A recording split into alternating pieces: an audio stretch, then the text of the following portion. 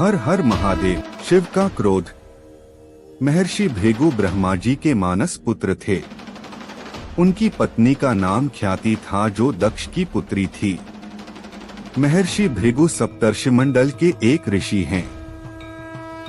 सावन और भाद्रपद में वे भगवान सूर्य के रथ पर सवार रहते हैं। एक बार की बात है, सरस्वती नदी के तट पर ऋषिमुनि एकत्रित होकर इस विषय पर चर्चा कर रहे थे कि ब्रह्मा जी, शिव जी और श्री विष्णु में सबसे बड़े और श्रेष्ठ कौन है। इसका कोई निष्कर्ष न निकलता देख उन्होंने त्रिदेवों की परीक्षा लेने का निश्चय किया और ब्रह्मा जी के मानस पुत्र महर्षि भृगु को इस कार्य के लिए नियुक्त किया। महर्षि भृगु सर्वप्रथम ब्रह्मा जी के पास गए।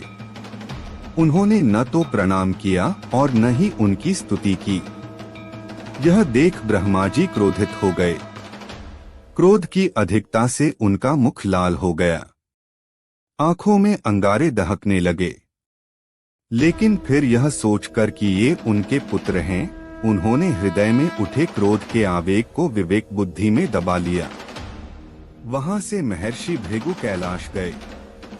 देवाधिदेव भगवान महादेव ने देखा कि भृगु आ रहे हैं, तो वे प्रसन्न होकर अपने आसन से उठे और उनका आलिंगन करने के लिए भुजाएं फैला दी।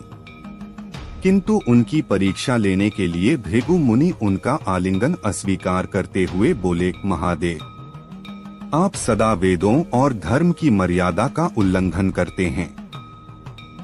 दुष्टों और पापियों को आप जो वरदान देते हैं, उनसे सृष्टि पर भयंकर संकट आ जाता है। इसलिए मैं आपका आलिंगन कदापि नहीं करूंगा। उनकी बात सुनकर भगवान शिव क्रोध से तिलमिला उठे। उन्होंने जैसे ही त्रिशूल उठाकर उन्हें मारना चाहा, वैसे ही भगवती सती ने बहुत अनुनय विनय कर किसी प्रकार से उनका क्रोध शांत किया। इसके बाद भृगु मुनि वैकुंठ लोक गए। उस समय भगवान श्री विष्णु देवी लक्ष्मी की गोद में सिर रखकर लेटे थे। भृगु ने जाते ही उनके वक्ष पर एक तेज लात मारी। भक्तवत्सल भगवान विष्णु शीघ्र ही अपने आसन से उठ खड़े हुए और उन्हें प्रणाम करके उनके चरण सहलाते हुए बोले, भगवान, आपके पैर पर चोट तो नहीं लगी? कृपया इस आसन पर विश्राम कीजिए। भगवान, मुझे आपके शुभ आगमन का ज्ञान न था, इसलिए मैं आपका स्वागत नहीं कर सका।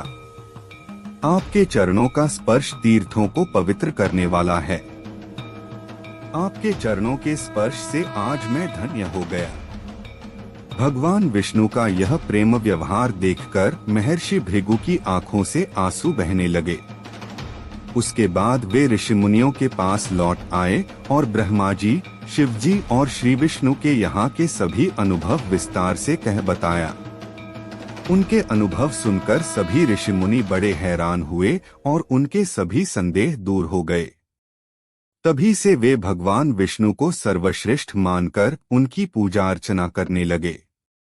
वास्तव में उन ऋषि मुनियों ने अपने लिए नहीं, बल्कि मनुष्यों के संदेहों को मिटाने के लिए ही ऐसी लीला रची थी।